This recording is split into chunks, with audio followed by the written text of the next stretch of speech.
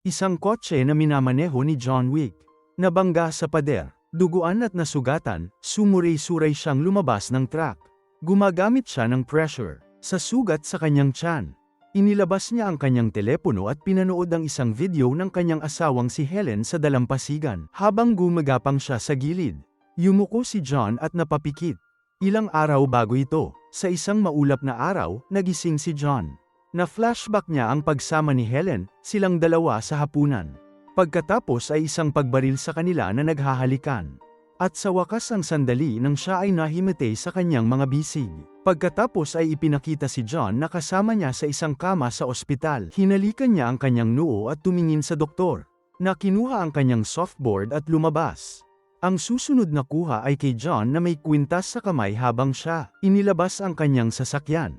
Ang kanyang asawa ay dinapuan ng sakit na kumitil sa kanyang buhay. Ang araw ng kanyang libing ay dumating na. Iniwan ng lahat si John na nakatayo sa ibabaw ng kanyang libingan habang ang isang lalaki ay nagmamasid mula sa malayo. Pagkatapos ng seremonya, lumapit sa kanya ang matandang kaibigan ni John na si Marquez at sinabing matagal na, at tinanong si John kung paano siya humahawak. Nag-usap ang dalawa, tapos sabi ni Marquez na nagche-check lang up sa isang matandang kaibigan.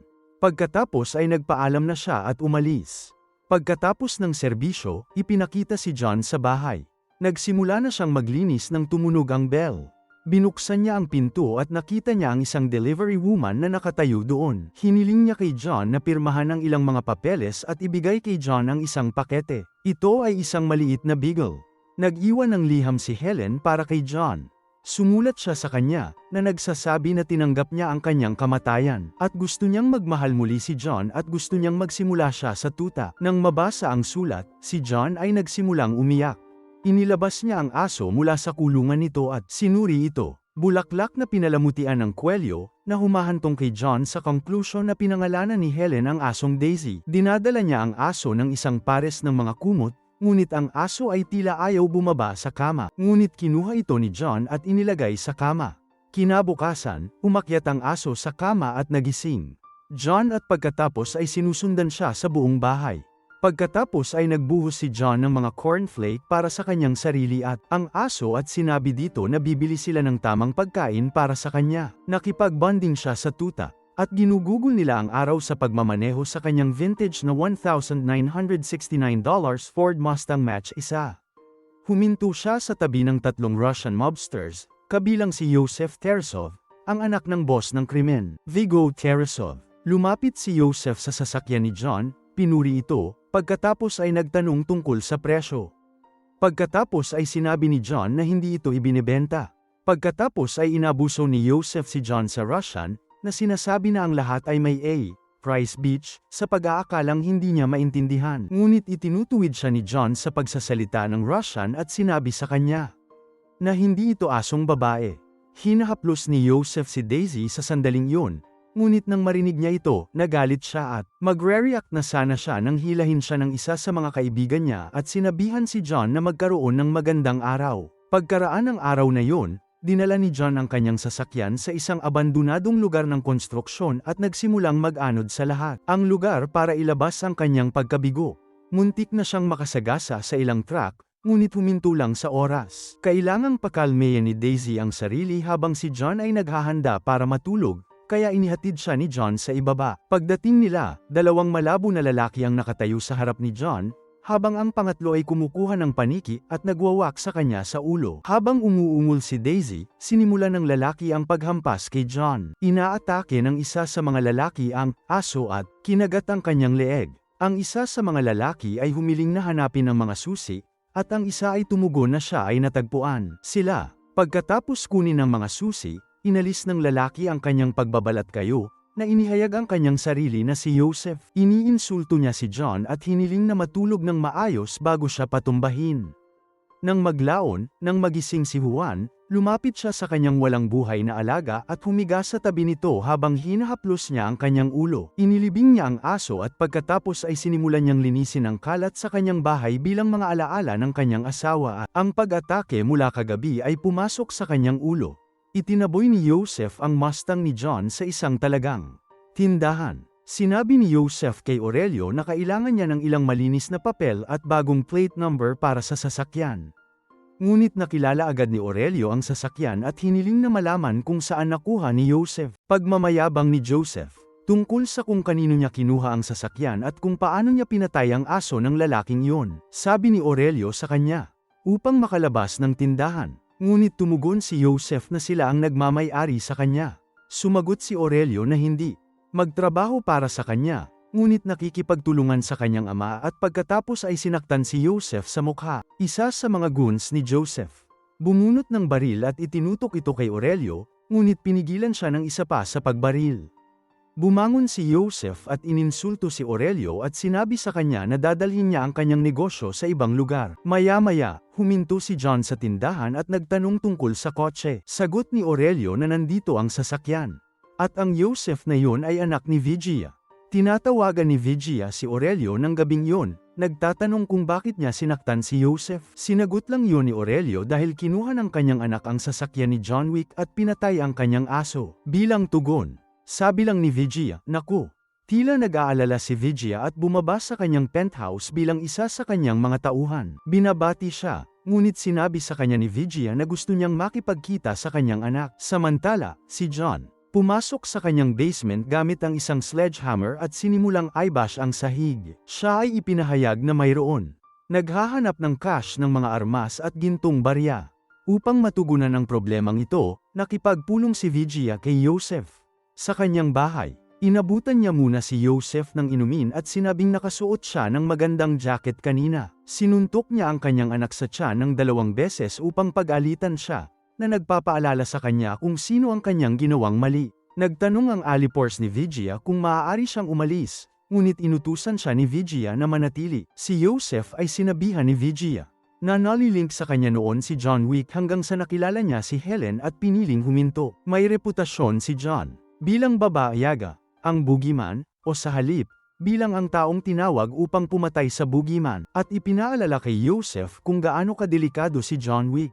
Nang gustong magretiro ni John at pakasalan si Helen, binigyan siya ni Vigia ng isang imposibleng gawain, na ipinahiwatig na magsasangkot ng maraming mga pagpatay sa mataas na antas sa isang maikling panahon. Tagal ng panahon, sa sorpresa ni Vigia, nagtagumpay si John, at ang kanyang mga pagsisikap ay susi sa pagtatatag ng sindikato ng Keresov. Sinabi ni Joseph sa kanyang ama na kakayanin niya ang sitwasyon at tatapusin niya ang trabaho. Ngunit sinabi sa kanya ng kanyang ama na darating si John para sa kanya at wala siyang magagawa tungkol dito. Matapos babalaan si Joseph sa kanyang nalalapit na kapahamakan, dinial ni Vigia ang numero ni John sa pagtatangkang ituwid ang sitwasyon, ngunit ibinaba ni John ang tawag. Nang gabing yun, nagpadala si Vigia ng isang pangkat ng 12 hitmen sa bahay ni John. Patayin siya. Madaling inalis ni John ang lahat sa kanila. Nakipaglaban sa huling ilang bago sinaksak si A, huli sa puso. Isang pulis ang lumapit sa pintuan at kumatok. Tinatawag siya ni John sa pangalan. At nagtatanong kung nagkaroon ng ingay na reklamo, na sinasagot ng opisyal. Siya ay nagtatanong kung si John ay bumalik sa laro. Tinutukoy ang katawan na makikita sa likod ni John. Sinasabi ni John na nag-iisip lang siya ng mga bagay-bagay. Nagpaalam sa kanya ang opisyal at umalis. Upang linisin ang lugar at itapon ang mga patay, ipinatawag ni John ang isang underworld cleanup team kung kanino dati siyang nagtrabaho. Mukhang alam nila na hindi ito ang huling pagkakataong tulungan nila siya. Nilapitan ni Vigia ang kaibigan ni Vig na si Marcus at inalok siya ng $2 milyon na kontrata para patayin si John. Masayang tinanggap ni Marcus ang alok. Nag-check-in si John sa New York Continental Hotel, na eksklusibong tumutugon sa kriminal na underworld at hindi pinahihintulutan ang mga pagpatay sa lugar nito, kung saan siya ay mananatili sa tagal ng kanyang paglalakbay sa negosyo.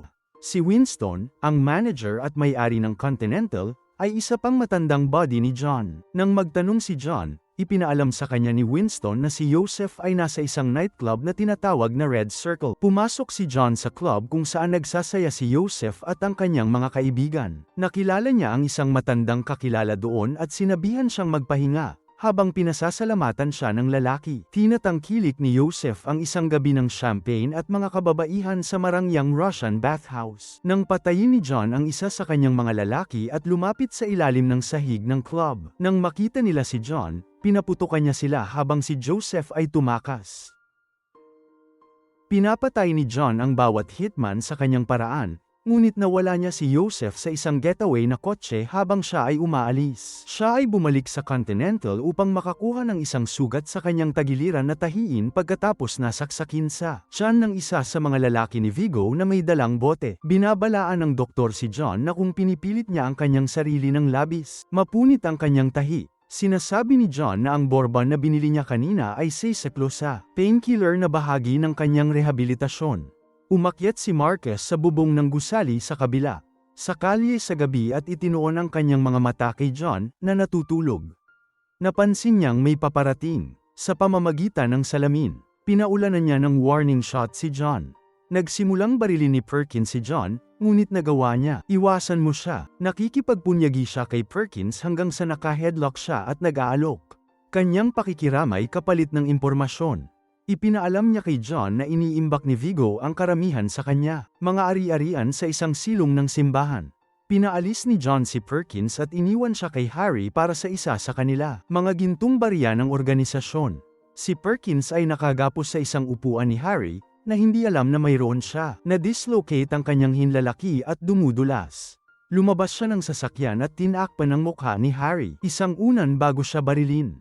Bumisita si John sa nakatagong stockpile ng pera at mga dokumento ng negosyo ng Vigo. Sa kapilya, kasunod ng pamamaril sa iba pang mga gwardya sa simbahan, pinilit ni John ang pari para akayin siya sa vault.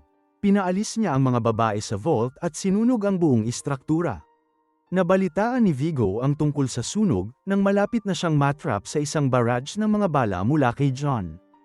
Sa kabila ng pagpatay sa karamihan ng mga tauhan ni Vigo, hindi siya nawala ng malay nang mabangga ang isang SUV. Isa pa, itinulak si John sa lupa. Nahuli siya ni Vigo sa mga tanong kung bakit siya napunta sa mga ganitong paghihiganti sa isang kotse at isang aso. Binalaan din niya si Vigo na may opsyon siyang ibigay si Joseph, siya o mamatay kasama niya.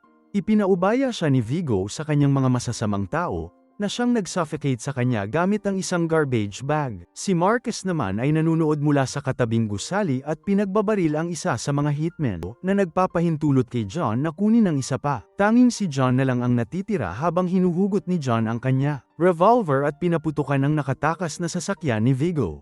Napilitan si Vigo na ipaalam kay John na nakatago si Joseph, isang safe house sa Brooklyn. Kahit na ang safe house ay sinigurado ng mga armadong lalaki, pinatay silang lahat ni John at bumabagyo sa ari-arian. Sinisira niya ang lahat ng mga sasakyan sa pag-alis gamit ang mga bomba at pagkatapos ay naabutan si Joseph at naglalagay ng bala sa tiyan at pagkatapos ay binaril sa ulo.